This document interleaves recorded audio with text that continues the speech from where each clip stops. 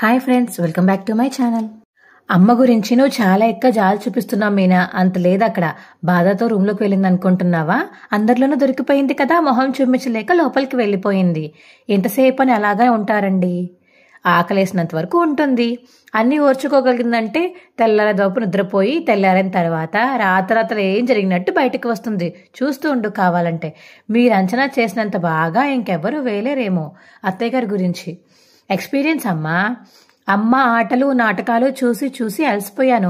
ఇలాంటివన్నీ మనకి మామూలేమీనా. సర్లేండి, ఇంకోసారి మావయ్య గారితో మాట్లాడి చూడండి. మావయ్య పిలిస్తే ఖచ్చితంగా అత్తయ్య బయటికి వస్తారు. నాన్న క్షమించనంటుంటే అప్పుడు చిన్న చిన్న తప్పులు చేసేది, వెంటనే ఒప్పుకునేది. ఈ విషయంలో ఎలా బుకాయించారో చూసావు కదా. అందుకే నాన్న మనస్సు బాగా గాయపడింది. పోనీ అమ్మమ్మ గారికి చెప్దామా?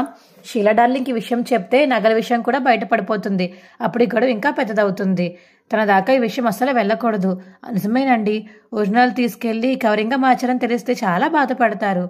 వదిలేసే మీనా, అమ్మనే బయటికి వస్తుంది. ఏవండి, అత్తయ్యని అలా వంటలుగా వదిలేయడానికి నాకు మనసు ఒప్పడం లేదండి. మీరు ఏదో ఒకటి చేసి అత్తయ్య గారిని పిలవండి.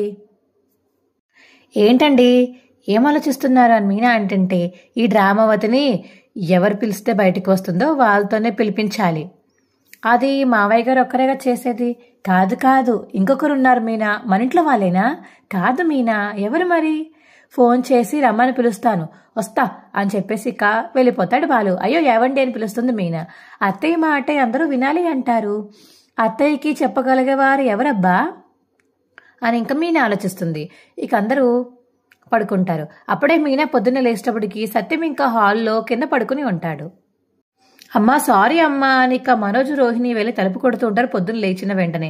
అప్పుడే ఇక బాలు మీనా వస్తారు. ఏంటి అలకావత్ తలుపు తెరవట్లేదా అని చెప్పేసి బాలు అంటుంటే, రే నోరు మీరే, ఇదంతా నీ వల్ల జరిగింది. రే నువ్వు నోట్లో కూర్చుంటే మొత్తం గొడవ చేసింది నేనేనంటావా అని బాలు అంటాడు. రే నగలు మింగినోడా, గుమ్మ మీద ఒకటి ఇచ్చానంటే ఊడిన మూతిపళ్ళన్నీ మింగి చేస్తావు. దొంగతనంగా తీసుకెళ్లి అమ్ముకుని ఇంకా మాట్లాడతావా? అవునరా, మీ ఆవిడవి 7 నగలు కదా. గ్రామ్ బంగారం అయినా సరే ఇంకొకరి బంగారం అమ్ముకునే హక్కు నీకెక్కడిదిరా? మా అత్తగారు మా నాన్నమ్మ కలిసి చేయించిన బంగారం అది.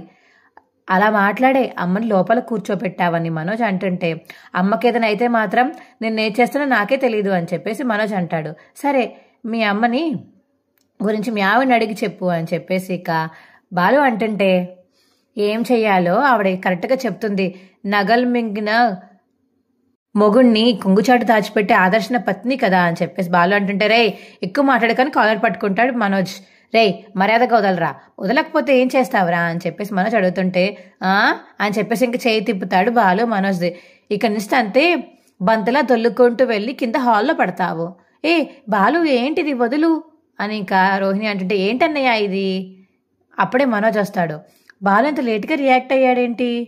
ఈ పని ఎప్పుడో కదా చేయాల్సింది అని శృతి అంటుంటే, నీ మైండ్ వాయిస్లో డబ్బింగ్లో చెప్పుకో శృతి అని రవి అంటాడు. ఏంటి పచ్చి లౌరీలో బిహేవ్ చేస్తావేంటి బాలు? దొంగల కన్నా ఇలాంటి రౌడీలే నయం. మా ఆయన ఇంటి పరువుని గంగలో కలపలేదు అని మీనా అంటుంది. అప్పుడే వదినా వదినా అని కామాక్షి వస్తుంది. అన్నయ్య వదిన ఎక్కడా అని తెలీదు అంటాడు సత్యం. ఇంకా ఇంట్లోనే ఉందా? నేను చూడలేదు, ఒకసారి పిలవచ్చు కదన్నయ్య అని కామాక్షి అడుగుతుంటే, అన్నీ తెలిసే వచ్చావు కదా, నువ్వే వెళ్ళి పిలుచుకో అని సత్యం అంటాడు. ఏంటన్నయ్య మీరు కూడా? నేను చేశాను, ఇంటి కొడవల నగలు అమ్మేశానా? ఆ స్థానంలో గిల్ట్ నగలు పెట్టానా? ఇందులో నీ పాత్ర ఎంతవరకు ఉందమ్మా? అయ్యయ్యో, నేను నిమిత్త పాత్రాలనే అన్నయ్య. కర్త కర్మ క్రియ అంతా తల్లి కొడుకులదే. పొరపాటున మా రంగా కూడా రాలేదు. అప్పుడు మా కాపురం కూలిపోయేలా చూడడానికి మీ ఇద్దరు చూడాల్సి వస్తుంది, రావాల్సి వస్తుంది. వదినా వదినా అని ఇంకా కామాక్షిని పిలుచుకుంటూ వెళ్తుంది ప్రభావతిని పైకి. వదినా వదినా ఏరా బయటికి రాలేదా? అయినా మీకెలా తెలిసింది, ఎవరు చెప్పారో శృతి అడుగుతుంటే, బాలుగాడు ఫోన్ చేసి మా అమ్మని బయటికి తీసుకురావాలి రా అత్త అంటే వచ్చానమ్మాయి. ఇప్పుడు అర్థమైందా? అత్తయ్యని బయటికి తీసుకురావడానికి మా ఆయన కూడా ప్రయత్నం చేస్తున్నారు అని మీనా అంటుంది. అమ్మో వదినా, నేనొచ్చాను.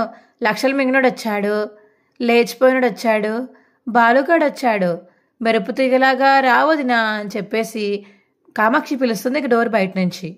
చప్పుడు లేదేంట్రా? రాత్రి నుంచి తలుపు తీయలేదా? లేదత్తా. అమ్మో అయితే అదేనేమో. అంటే ఏంటత్త? అంతేనేమో. అంటే ఏంటి? పైన ఫ్యాన్ స్ట్రాంగ్గా ఉందా?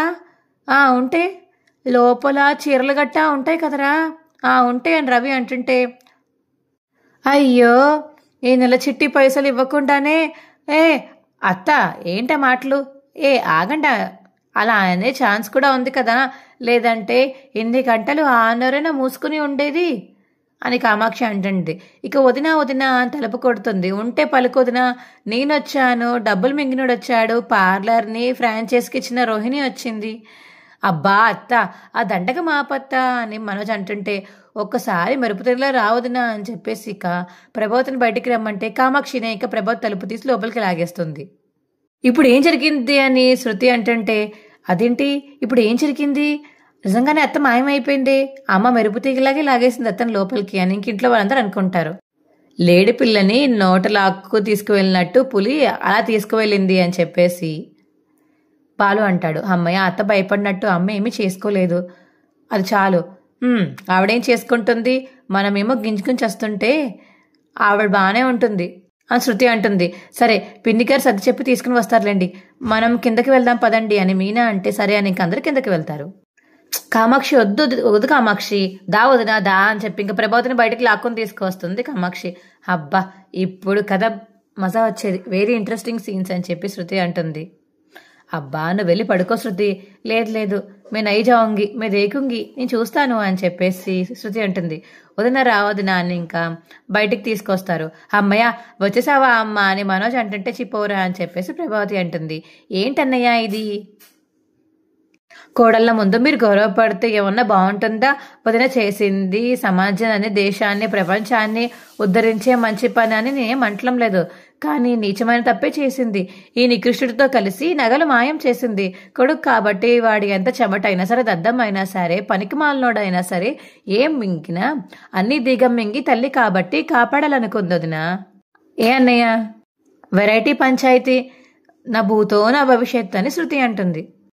అత్త కేవలం వాడి కోసమే మా అమ్మ తప్పుల మీద తప్పులు చేసింది, మీరంతా శుద్ధలు పూసలు మరి అని రోహిణి అంటుంటే, నా మొగుడే మింగాడు అని మీనా అంటుంటే, ఆయన ఏదో తెలియక చేశారు అని చెప్పేసి రోహిణి అంటుంది.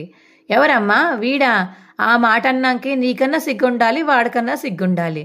తెలియక చేశాడన్నాకి తెలియనాకి మొత్తం చేసిందే ఈ పని దొంగ. పాపం మా వదిన వీడిని కాపాడపోయి పోయి బాలుగాడికి చిక్కింది. వాడికి ఎవరైనా తప్పు చేసి దొరికితే ఎందుకు బతుకున్నానరా భగవంతుడా అన్నట్టు చేస్తాడు కదా. అన్నయ్య 4 లక్షలు మోసపోయి వచ్చింది వాడు. తల్లి కాళ్ళ మీద పడి మీనా నగలు ఇమ్మంటే తాకట్టు పెట్టి మరీ ఇచ్చింది. వీడి కమరమకాలి ఆ నగలు ఆ రోజే కావాలని బాలుగాడు నీ చేత అడిగించాడు. వీళ్ళు నగలు విడిపించుకుని రారా అంటే తాకట్టు పెడితే ఇచ్చే డబ్బులు సరిపోవని చెప్పి అమ్మి పారేసనని చెప్పారు ఈ దరిద్రుడు. అయినా ఎలా అయినా నగలు తీసుకురమ్మని పంపిస్తే వాడేమో కరిగించేశారని చెప్పాడు. దాంతో ముందు ఈ గండం కలిస్తే చాలని రోల్డ్ గోల్డ్ నగలు పెట్టారు. అది జరిగిందన్నయ్య అని కామాక్షి చెప్తుంది. ఇందులో వదిన తప్పేం లేదన్నయ్య, తెలియక చేసింది. తెలియక చేసిందా అత్త? ఆ మాట అనడానికి నీకైనా మనసులో వచ్చిందత్త అని చెప్పేసి బాలు అంటాడు. నగలు మింగింది మనోజ్ అని తెలిసింది కూడా. ఆ ఆంటీ సైలెంట్గా ఉండొచ్చు కదా. మీనా వాళ్ళ అమ్మని గ్రానీని కూడా అనుమానించింది, నిందులు వేసింది అని చెప్పేసి శృతి అంటుంది. కాబట్టి ఇద్దరి తప్పు సమానంగా ఉంది, ఇది తెలిసి చేసిన తప్పే అని శృతి అంటుంది. అన్నయ్య అది నిజమే, ఈ తప్పు మాత్రమే చేసిందా? ఇంతకుముందు ఏ తప్పు చేయలేదా? అవన్నీ కడుపులో పెట్టుకున్నావు, ఈ ఒక్క తప్పు కూడా కడుపులో దాచుకోవచ్చు కదా అన్నయ్య. ఇన్ని తప్పులు ఆయన కడుపులో పట్టవు అని బాలు అంటాడు. అరే నువ్వు ఆగరా అన్నయ్య, నువ్వు పెద్ద మనసు చేసుకుని వదిన్ని క్షమించచ్చు కదా. అసలు ఏం మాట్లాడుతున్నావు అత్త? ముందు మా అమ్మ చేసిన తప్పుని క్షమించమని అడిగితే కదా మా నాన్న క్షమించేది. అది నిజమేలే అని కామాక్షి అంటుంది. వదినా నువ్వు తప్పుల మీద తప్పులు చేశావు కాబట్టి నువ్వే అన్నయ్యని క్షమించమని అడుగు. క్షమించడానికి నేనెవరినమ్మా? అవసరం లేదమ్మా, నేను దాన్ని ఈ కుటుంబం సభ్యుల లిస్టులోంచి ఎప్పుడో తీసేశాను అని సత్యం అంటాడు. క్షమాపణ అడగాల్సి వస్తే నన్ను కాదు, మీనానే క్షమించమని అడగాలి. కామాక్షి ఈయనేం మాట్లాడుతున్నారు? నేను ఈ భూములు అమ్ముకున్న దాన్ని క్షమించమని అడగాల? మీనా పూలు మాత్రమే అమ్ముకుంది, ఈ తల్లి కొడుకులు మీనా నగల్ని అమ్మేశారు, అడిగితే తప్పేంటి అని చెప్పేసి కామాక్షి అంటుంది. ఇప్పుడు ఆమె మీనాని క్షమాన అడుగుతుందా లేదా అని సత్యం అంటాడు. మావయ్య, నేనేలాంటివేమీ కోరుకోవడం లేదు మావయ్య. ఏవే నాటకాలు ఆడుతున్నావా? నాటకాలు? నువ్వు నీ మొగుడు కలిసి నన్ను నా కొడుకుని పూలో అమ్మినట్టు అమ్మేసి నా కాపురంలో చిచ్చుపెట్టి నా భర్తను విరిచేసి ఇప్పుడు ఏమీ ఎరగని నంగనాచిలాగా మాట్లాడుతున్నావా? ఇప్పుడు నీకు సంతోషంగా ఉందా అని ప్రభావతి అంటుంటే అత్తయ్య అని చెప్పేసి ఇక మీనా అంటుంది. నా పరువు దిగజార్చాలని చెప్పేసి కక్ష కట్టి ఇంతకు చేసావు కదే పాపిష్టిదానా, నువ్వు బాగుపడతావా? ఎందుకు ఇవన్నీ మాట్లాడుతున్నారు? నేను నా నగల గురించి తెలుసుకోవాలనే తప్ప మిమ్మల్ని దోషిగా నిలబెట్టాలని కానీ మీరు నా క్షమాపణ చెప్పాలని కానీ కోరుకోలేదు. నోర్ముయ్. ఇప్పుడు అందరి ముందు నేను నీ కాళ్ళ మీద పడి క్షమించమని అడిగాలా? నా ప్రాణం పోయినా పని చేయను. నగల కోసమే కదా నువ్వు ఇంత చేసింది, బంగారం కోసమే కదా నా కుటుంబం ముందు దోషిగా నిలబెట్టింది. నీ పుట్టింటి నుంచి తెచ్చినట్టు ఇంత చేసింది బంగారం కోసమే కదా. ఇదిగో తీసుకోవే, నీ బొంద మీద వేసి కొట్టుకో అని చెప్పేసి గాజులు తీసి మీనా మీద విసిరేస్తుంది ప్రభావతి. ఇదే నన్ను కలగతలు చేస్తుంటుకుంటే ఏం చేసావనో తెలుసా అని బాలు అంటుంటే, రే ఏం చేస్తారని మనసు మీదకొస్తుంటే, రే పక్కకు పోరా అని మనసుని పక్కకి గెంటేస్తాడు బాలు. తొక్కి పాడేస్తానేమనుకున్నావో, సిగ్గు సారమేమో లేవేంట్రా? దొంగతనం చేసిందే చాలక రొమ్మ విరుచుకుని మాట్లాడుతున్నావా? ఏం బతుకురా నీది? నల్లి నడినట్టు నలిపేస్తాను రే అని ప్రభావతి అంటే ఏ అని చెప్పేసి గట్టిగా వస్తాడు ఇక బాలు. నోరెత్తకు, కన్న తల్లివని కూడా చూడను. నా భార్య ముఖం మీదే బంగారం కొడతావా నువ్వు అసలు? ఛీ అని చెప్పేసి బాలు అంటాడు. రే, ఎదిగిన పిల్లల ముందు నిన్ను దిగజార్చుకోవద్దు అన్న ఒక కారణం వల్ల ఇంకా నిన్ను మెడపట్టుకుని బయటికి గెంటకుండా ఊరుకున్నాను. లేదంటే అని సత్యం అంటుంటే, గెంటేయండి, నన్ను బయటికి గెంటినా నన్ను కొట్టి చంపినా దీనికి మాత్రం నేను క్షమాపణ చెప్పను అని ప్రభావతి అంటుంది. అయ్యయ్యో వదినా, ఏంటొదినా అని చెప్పేసి ఇక నోరు మూసుకుని లోపలికి తీసుకెళ్లిపోతుంది కామాక్షి ప్రభావతిని. ఏంటిదినా ఇది? ఎందుకు ఇలా చేస్తున్నావు? ఏం చేయమంటావు కామాక్షి? ఇందాక కూడా నేను బయటికి రాను అంటే రాను అని చెప్పాను, నువ్వే బలవంతంగా లాక్కుని వెళ్ళావు. అయినా నువ్వు మీనా విషయంలో తప్పే కదా, క్షమించమని అడిగితే తప్పేముంది అని కామాక్షి అంటుంటే, ఏం మాట్లాడుతున్నావు కామాక్షి? ఆ పూలు కట్టేదానికి నేను క్షమాపణ చెప్పడం ఏంటి? దాని ముఖం చూడాలంటేనే నాకు చాలా చిరగ్గా ఉంటుంది. ఇప్పుడు నేను వెళ్ళి నాకు క్షమాపణ చెప్పాలా? అది జరిగే పని కాదు. అలా అనకోదినా, చూసావుగా అన్నయ్యకి నీ మీద ఇంకా కోపం పెరిగిపోయింది. నువ్వు ఇలానే ఉంటే ఆయన నీతో ఎప్పటికీ మాట్లాడరు, అర్థం చేసుకో. ఏం పర్వాలేదు, 4 రోజులు అయిన తర్వాత కాలవేళ పడైనా నేనే ఆయనతో మాట్లాడతాను, అంతేకాని నేను మాత్రం తగ్గను. దానికి నేను క్షమాపణ చెప్పను అంతే. నువ్వు నీ వైపు నుంచే ఆలోచిస్తున్నావు, కానీ అప్పుడప్పుడు అవతల వాళ్ళ గురించి కూడా ఆలోచించాలి వదినా. మనం చేసే తప్పు సరిదిద్దుకునే పొరపాటులా ఉండాలి, కానీ క్షమించరా అని మోసంలా ఉండకూడదు వదినా. నేను ఎందుకు చెప్తున్నానో అర్థం చేసుకో. నువ్వెన్నైనా చెప్పు కామాక్షి, నేను బయటికి రాను, దానికి క్షమాపణ చెప్పను. నువ్వు ఇలా మొండిగా ఉంటే అది నీ తలపొగరు అనుకుంటారు, మూర్ఖత్వం అనుకుంటారు వదినా. ఇంట్లో వాళ్ళకి నీ మీద ఉన్న కొద్దో గొప్ప గౌరవం కూడా పోతుంది వదినా. అయినా వాన మీన మీదకి అలా గాజులు విసిరచ్చా? నేనేమీ దాని మీదకి చెప్పులు విసరలేదు, గాజులే విసిరాను. ఎందుకు వదినా మీనా అంటే అంత కోపం నీకు? చూసావుగా నువ్వు ఏం చేసింది? దాని తెలివితేటలన్నీ వాడి అందరి ముందు నాతో క్షమాపణ చెప్పించుకోవాలని ప్లాన్ చేసింది. దాని బుద్ధి నాకు తెలియదు అనుకుంటున్నావా? ముందు నుంచి అంతే, నా ముందు వినయంగా నటిస్తూ నా వెనకాయ గోతులు తవ్వుతూ ఉంటుంది. అదొక్కతే కాదు, దానింట్లో వాళ్ళందరూ అంతే. వాళ్ళ సంగతి తర్వాత చూద్దాం వదినా. ముందు నువ్వు బయటికి రా, నువ్వు వెళ్తే వెళ్ళు, నేను మాత్రం రాను, నన్ను విసిగించకు అని ప్రభావతి అంటుంది. అయ్యో, నీకెలా చెప్తే అర్థమవుతుంది వదినా. మీనా విషయంలో నాకు ఎవ్వరేం చెప్పినా నేను వినను. నన్నిలా వదిలే. నేను వదిలేసినా బాలు వదలడే. ఏం చేస్తారో అది చూస్తాను ఈ గదిలో నుంచా. నువ్వలా చూడకు ప్రభావతి. అయితే నువ్వు మాట్లాడకుండా గమ్మున కూర్చో. హాయ్ మమ్మీ చెప్పు అని ఇంకా శృతి ఫోన్ చేస్తుంది శోభాకి. ఏం చేస్తున్నావు శృతి? స్టూడియోకి ఇప్పుడే రెడీ అవుతుందని మమ్మీ, ఈరోజు ఒక సీరియల్ డబ్బింగ్ ఉంది. సరే నువ్వు చెప్పు, ఏంటి విషయాలు? ఏం లేదు శృతి, నేను నా ఫ్రెండ్స్తో కలిసి చిన్న కిట్టి పార్టీ ప్లాన్ చేసుకుంటున్నాము. నువ్వేమన్నా వస్తావేమోనని అడుగుదామని ఫోన్ చేశాను. కిట్టి పార్టీకా? అక్కడేముంటుందిలే మమ్మీ, అసలైన ఎంటర్టైన్మెంట్ ఇక్కడే ఉంది అని శృతి అంటుంటే, ఏంటి ఎంటర్టైన్మెంటా? ఆ, మీ ఇంట్లో అందరూ కలిసి డ్రామా ఏమన్నా వేస్తున్నారా? ఆహా లేదమ్మా, డ్రామా వేయడం లేదు, కానీ అందరూ డ్రామా ఆర్టిస్ట్లే ఒక్కొక్కరికన్నా ఎక్కువగా పర్ఫార్మెన్స్ ఇస్తున్నారు. ప్రతి సీన్కి ఒక క్లైమాక్స్ లాగా, ప్రతి డైలాగ్లో ఒక బుల్లెట్ లాగా పేలుతున్నాయి తెలుసా అమ్మా? నేనైతే ఫుల్ ఎంజాయ్ చేస్తూనే ఉన్నాను. ఏమైంది శృతి, ఏదేదో చెప్తున్నావు? నాకు ఒక్క ముక్క కూడా అర్థం కావట్లేదు. అసలు ఏం జరిగింది? ఏం లేదు మమ్మీ అని చెప్పేసి ఇక ఇంట్లో జరిగిన గొడవ అంతా శృతి శోభాకి చెప్పేస్తుంది. నా గిల్ట్ నగలు తీసుకొచ్చి ఇంట్లో పెట్టేశాడు మనోజ్. బాలు మీనాలకి అవి రోల్డ్ గోల్డ్ అని తెలిసి ఎంత అడిగినా ఎవ్వరూ నిజం చెప్పలేదు. ఏమనుకున్నాడో ఏంటో. బాలు మంత్రించి నిమ్మకాయ ఒకటి తీసుకువచ్చి పూజ గదిలో పెట్టేసి వాళ్ళిద్దరిని భయపెట్టేశాడు. తర్వాత నిజమంతా బయటపడిపోయింది.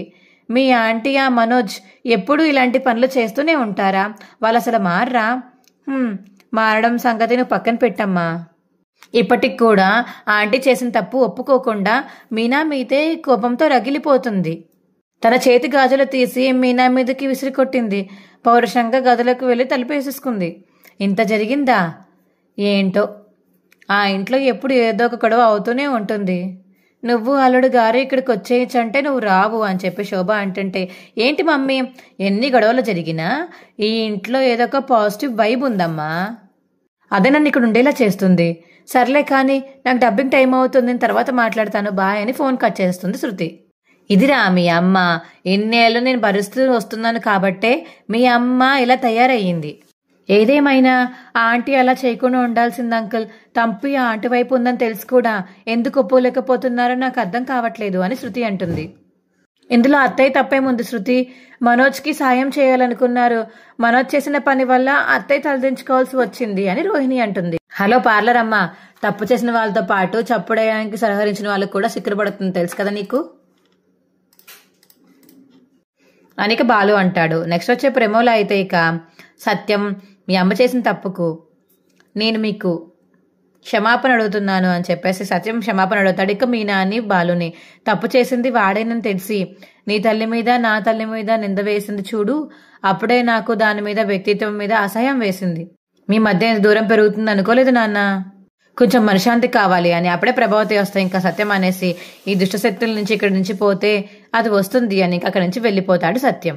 మావయ్యని అత్తయ్యని ఏదో ఒకటి చేసి కలపాలండి అని చెప్పేసి ఇక మీనా బాలు ప్లాన్ వేస్తారు సుశీల రాక కోసం. మా వీడియో మీకు ఎలా అనిపించిందో కింద కామెంట్ సెక్షన్లో తెలియచేయండి. మా వీడియో కనుక నచ్చితే మా వీడియోని లైక్ చేసి తప్పకుండా మా ఛానల్ సబ్స్క్రైబ్ చేసుకోండి. పక్కనే ఉన్న గంట సింబల్ మీద క్లిక్ చేయండి. అప్పుడే మేము చేసే వీడియోలు మీకు వస్తుంటాయి. Bye friends.